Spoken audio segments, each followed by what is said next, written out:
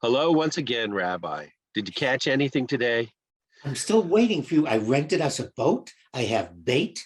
And Joe, let's not regret not having gone fishing today. Well, I don't regret not going fishing. I always want to go fishing. What I often have to deal with is whether I use live bait or artificial bait, stink bait. Have you ever heard of stink bait? No.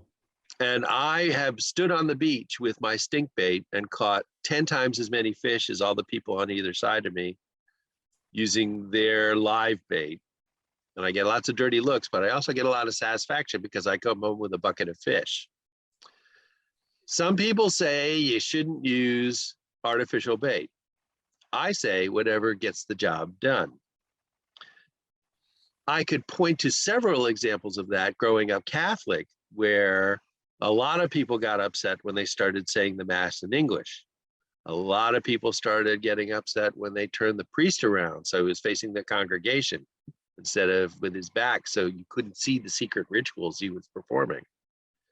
And I don't know. I know there are different levels of Judaism from Orthodox to Reform, but what is it about change that some people just don't like? There are many things in life that human beings don't like and fear. And change is on the top of the 10 things human beings don't like. Joe, nothing is permanent. And we don't want to talk about it. We don't want to admit it. And we don't want to prepare for the inevitable that the electricity will go out. I'm going to die. Nothing is permanent. Buildings will collapse. Nothing is permanent. Change is the only permanent thing. Change happens whether we want to or not.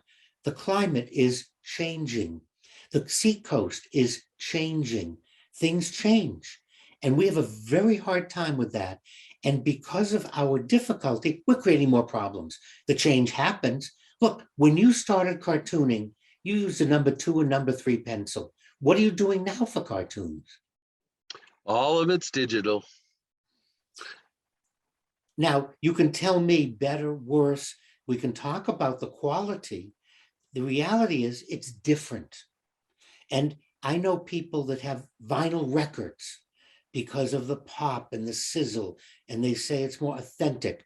And I remember when CDs came out, it sounded too brilliant. And in fact, several companies with electronic instruments had to put some errors, if that's the right word, in it, because the notes were too perfect and it didn't sound right. But you go to certain concert halls, the music is perfect. You go to others and it doesn't sound, though modern concerts with the electronics turned up so it makes you deaf in 4 years, that's irrelevant. But if one listens to good music in an auditorium or a theater, just like good violins, violas, certain instruments have certain sounds to them. So now I'm tone deaf, so I can't tell the difference. But the argument that I hear is one that actually, I think they pointed out in the movie Fame, which was 30 odd years ago.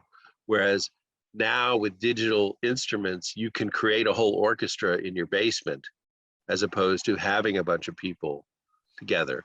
But purists will say it's just one person controlling everything and you don't get the group gestalt that is the heart of a good symphony orchestra.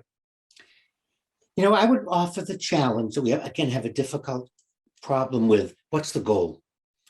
There were several studies done in local bars with beer, and they asked people what their favorite beer was and what beer they hated. And you're smiling already because you know what the double-blind study showed. They couldn't tell the difference. In their own mind, this was the only good beer. And when given that beer compared to another one, they said it was terrible. And they just said it was the best beer in the universe. And so part of this is a very human problem, is differentiating, is not wanting change, and not goal-oriented. If the goal is time, cartoons, producing, do they evoke the same feeling or emotion? Maybe they do, maybe they don't. But the idea that we resist change just because we're not going to change services. I have news for everybody out there. What goes on in Orthodox Judaism today did not exist before the 18th century. So for my Orthodox Jewish colleagues that claim they're authentic, for the Haredi that claim they're authentic and real Jews, I defy you, go back to the first and second century Judaism. And what you're doing bears no resemblance to that. So just admit it. You've changed it. It's fine. You can accept it, but don't throw it back that that's authentic or that's correct. And the same thing with all our churches, all our synagogues.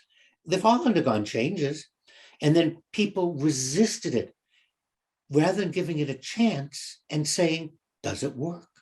Do I feel closer to God? Does it create the awe that the original symphony created? And that's what we want to focus on in order to deal with change. Nothing is permanent. Nothing. Everything changes. Look, I think the church made a mistake in making the mass entirely in English. They should have done what we do in Judaism. Some of the service in Hebrew, some in English, but we always have the English for the Hebrew. And then other weeks we do different Hebrew, different English, but there's always some because the sound creates a feeling or an emotion. Well, the sound of Latin creates a feeling or an emotion. So I think the church, in its all or nothing philosophy, could have created something in between that would have given us the feeling of the chant, of the sound, of the rhythm, and had it modernized so we could understand it. There's a solution, and you don't have to do you don't have to do all or nothing, Joe. We can change. Maybe you could do some drawings with your number 2 pencil, and maybe you could put them on the scanner and upload them. And maybe there's a different feel in those cartoons. Let's see, maybe it's not all or nothing. And I think we've really hit on a problem that we're the source of our own suffering. We resist change, and we don't have any idea why, except that we don't want to change, and we ignore looking at the outcome. I know now I'm going to start a write-in campaign the next time they elect a pope, and I'm going to put your name in the hat because I think that would be a good change for the Catholic Church. One thing I'd never want to change is the time we spend together talking, Rabbi, because it always brightens my day. And I'm waiting for an email from the Vatican, rabbiblock@hotmail.com. And I'll keep my eye on my inbox, Joe. You just never know.